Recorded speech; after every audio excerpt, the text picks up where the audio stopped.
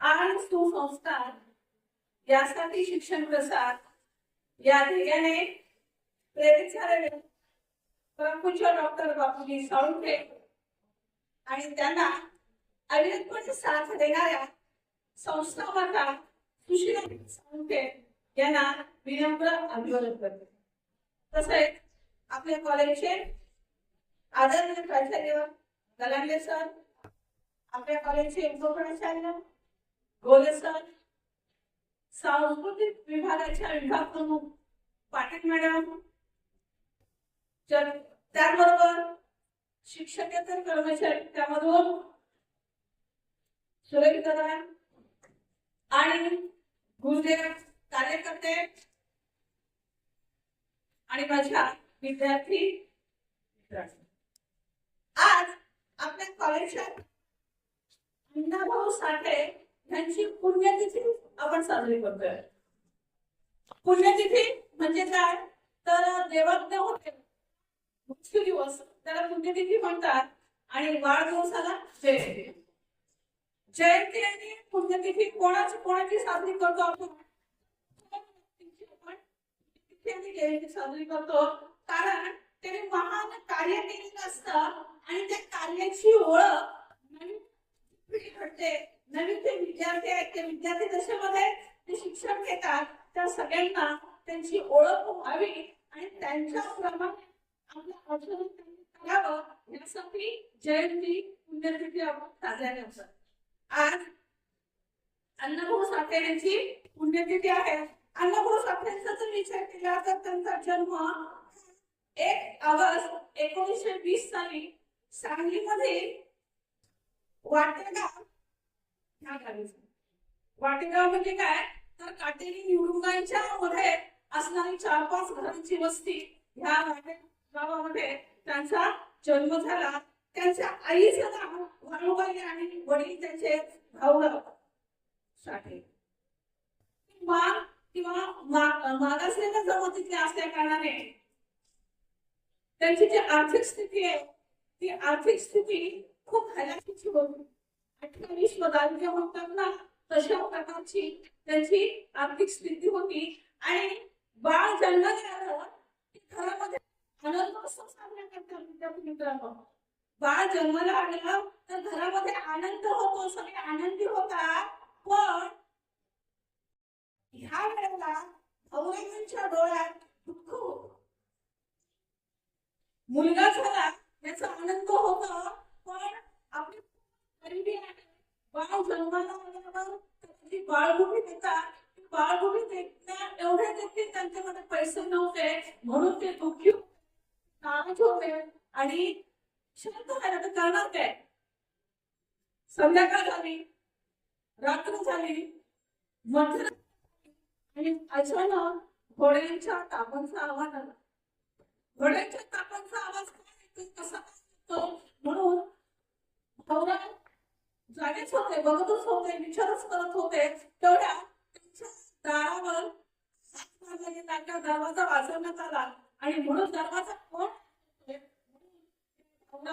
दरवाजा उघडायला गेले तर पाहतो तर काय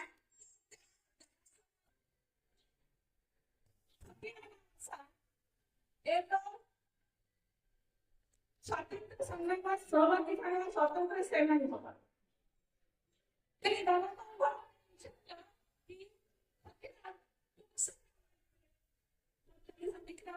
की मी इंग्रजांच्या खजिन्याची खजिन्याची क्रांतीची लूट केली आणि मी ती लूट घेऊन इकडे आलेलो आहोत। माझी बहीण वाळूबाई माझी बहीण आहे कुठं मला माझ्या बहिणीला भेटायचं कुठे दिसत नाही। तर भाऊराव म्हणाले तुझ्या बहिणीने आजाच आहे का, मुलाला जन्म दिलाय आणि त्याला बाळगुडी पाहणे पण आमची परिस्थिती नाही आहे। तेव्हा त्या आलेल्या स्वातंत्र्य सैनिकांनी काय केलं पिशवी की घोडीतली दोन ओझर त्यांच्या हातात आणि काय म्हणाले ते ही स्वातंत्र्य संग्रामातील किंवा क्रांतीची आणि अंकीच्या पैशामधून बाळाला बाळगुटीचा बाळ नक्कीच क्रांती होईल. त्याप्रमाणे तसं केलं, वाटत गेलं आणि वय वर्ष 5 झालं. 5 वर्ष झाल्यावर प्रत्येक आई वडिलांना वाटतं की माझा मुलगा शाळेत जावं, मोठा व्हावं, शिकावं. त्याप्रमाणे ह्या अण्णाभाऊ साठेंना भाऊराव साठे शाळेत घेऊन गेले. त्यावेळची समाजाची परिस्थिती कशी होती? जातीभेद होता. त्यांच्या जातीचे लोकांसोबत कोण बोलत नव्हतं, त्यांच्यासोबत कोण व्यवहार करत नव्हतं, त्यांच्यासोबत कोण मिक्स होत नव्हतं. अशा प्रकारची त्यावेळची ती जाती व्यवस्था होती आणि समाजामध्ये अशी परिस्थिती होती. तेव्हा ते शाळेत जेव्हा घेऊन गेले अण्णाभाऊंना, तेव्हा त्या शिक्षकांना त्या मास्तरांना नाहीच आवडलं. त्यांनी त्यांच्या वर्गातल्या मित्रांसोबत किंवा वर्गातल्या विद्यार्थ्यांसोबत अण्णाभाऊ साठेंना बसू दिलं नाही. त्यांना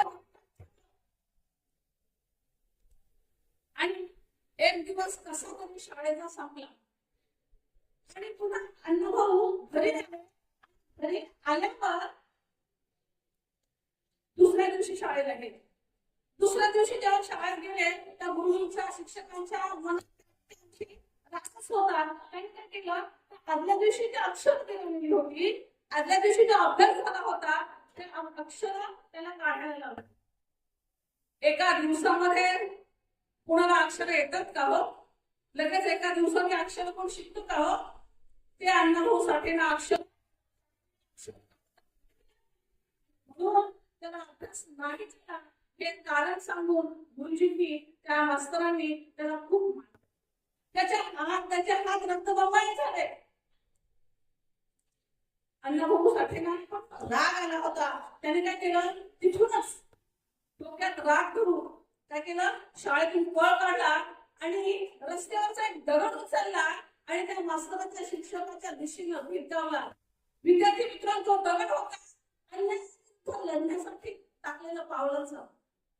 जे समाजामध्ये तफावत होती, जो जातीभेद होता, त्या जातीभेदाविषयी विरोधाचा दगड होता आणि अण्णाभाऊ घरी आले. काही वर्षांनी अण्णाभाऊ वाढले तर मोठे झाले आणि थोडस मोठं झाल्यावर त्यांनी विचार केला की वडिलांच्या बरोबर मुंबईला जायचं. मुंबईला कशाला जायचं, तर पोटाची खळगी भागायला पाहिजे, पोटाची भूक भागायला पाहिजे, काहीतरी कमवायला पाहिजे, काहीतरी काम शोधलं पाहिजे. आणि ह्या लोकांना कुठं कोण काम करते. मग ते दोघं जण मुंबईला जायला निघाले. मुंबईला जायला निघाले खरे, पण त्यांच्याकडे उतरण्यासाठी जे पैसे लागतात, प्रवासासाठी जे पैसे लागतात, ते काय करायचे, एका गावात घेऊन चालत चालत आणि तिथं काम मिळालं, तिथं ते थांबले आणि काम मिळालं. थांबल्यावर जे पैसे मिळाले त्या पैशावर पुढे गेले. पुढे पैसे उतरले, ते संपले, प्रवासासाठी मिळालेले पैसे संपले. पुन्हा दुसऱ्या गावात थांबले, तिथे काम शोधलं, मिळेल ते काम केलं आणि पुन्हा प्रवासाला लागले. असं मजल दरमजल करत ते मुंबईला पोहोचल्यावर काम केले. कामं कसली होती, तर कोळसा गोळा करणं, कोळसा वेचणं, जे फेरीवाले फिरतात त्यांच्यासोबत त्यांचं बसवं, त्यांचं सामान घेऊन फिरणं, वर्तमानपत्रे घराघरात टाकणं किंवा स्वच्छतेचं झाडू मारण्याचं काम करणं, अशा प्रकारचे अनेक कामं हा अण्णाभाऊ साठे छोटेच होते. ते अण्णाभाऊ साठे करायला ज्या चाळीमध्ये ते राहायचे त्या चाळीमधून ते आणि ते रस्त्यातून जाताना रस्त्याच्या दोन्ही बाजूला अनेक दुकाने होत. नेमके नावाच्या पाट्या, मग ह्या नावाच्या पाट्या रोज रोज त्यांच्या नजरेत रोज रोज ते बघायचे आणि असं करून करून त्यांनी काय केलं, नावं जुळवायला सुरुवात केली. एक दिवस असा झाला की त्यांना ती नावं जुळवता येऊ लागली, म्हणजेच त्यांना वाचता येऊ लागलं. म्हणजेच काय, त्यांना अक्षराची ओळख झाली. अक्षराची ओळख, अक्षराची ओळख झाली त्यांना, ते साक्षर झाले. आणि त्यावेळेचा काळ होता दुसऱ्या बघा मित्रांनो, एखादा काळ असतो, आता आपल्याला माहित होतं इराण युद्ध होतं किंवा अमेरिका तेव्हा युद्धाच्या बातम्या व्हायच्या आणि त्या युद्धाच्या बातम्या त्याचा हेडलाईन्स वाचायचे आणि त्यांच्यामध्ये संचलन की समाजामध्ये जनजागृती करायची आणि जनजागृती करण्यासाठी लिखाण केलं पाहिजे, लोकांपर्यंत पोहोचलं पाहिजे. अनेक लेखन केले, त्याने पोवाडे केले, पोवाडे सादर केले आणि कथा लिहिल्या, कादंबऱ्या लिहिल्या, असे अनेक लेख लिहिले आणि हा एक संस्था असेल की ह्यांचे लेख 27 भाषांमध्ये त्यांचं ट्रान्सलेशन केले आणि ह्या वेळेला त्यांनी कादंबरीला महाराष्ट्र शासनाचा 1961 मध्ये उत्कृष्ट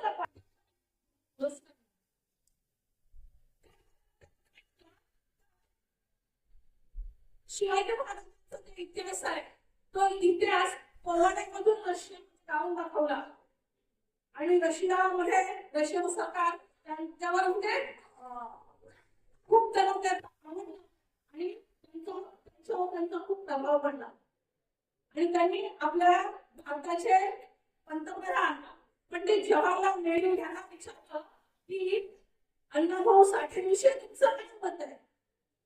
तेव्हा त्यांना समजलं की अण्णाभाऊ साठे काहीतरी केली, काय प्रतिभावंत हा खूप मोठं लिखाण केलेलं आहे, जनजागृती केलेली आहे आणि मग त्याने आपल्या हे मराठी नाव दिसतंय म्हणून महाराष्ट्रातील मुख्यमंत्र्यांना निवडून दिला आणि त्यांना बोलावून घेतलं आणि त्यांना सत्कार असं कष्ट खूप आणि कष्ट व्यथा आता मुंबईमध्ये जे कामगार करतात असतात किंवा त्यांचा पगार कमी असतोय आणि मग त्याच्यावरची कामं असतात, साफसफाईची, ओझं उचलण्याची, अन्य कामं, त्यांना पगार कमी असतो मित्रांनो. मग त्यांना आपल्या फॅमिली सोबत मुंबईला काय करतात तर फॅमिली काय करतात आपल्या जीवाभावाची प्रेमाची माणसं गावाला घेऊन एकटेच कामास की मुंबईला तरुणांचं स्थलांतर होतं, त्या कामासाठी होतं आणि त्यांचे फॅमिली गावाकडे असते आणि तरुणांची संख्या मुंबईला वाढते. मग त्यांनी सगळा त्याग करून देतात, त्यांना त्यांच्यावर त्यांच्या वस्तू जीवनावर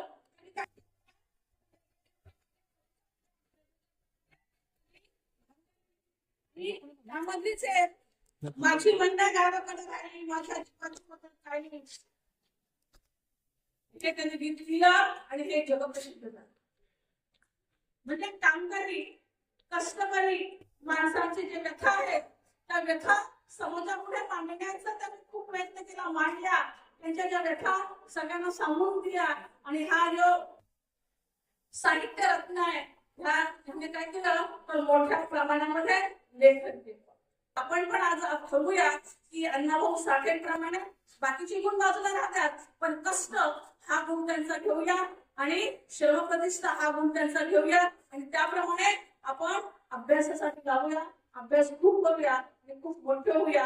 पुन्हा एकदा त्या अण्णाभाऊ साठेंना विनम्र अभिवादन करते आणि मी माझे 2 शब्द थांबवते. जय हिंद, जय महाराष्ट्र.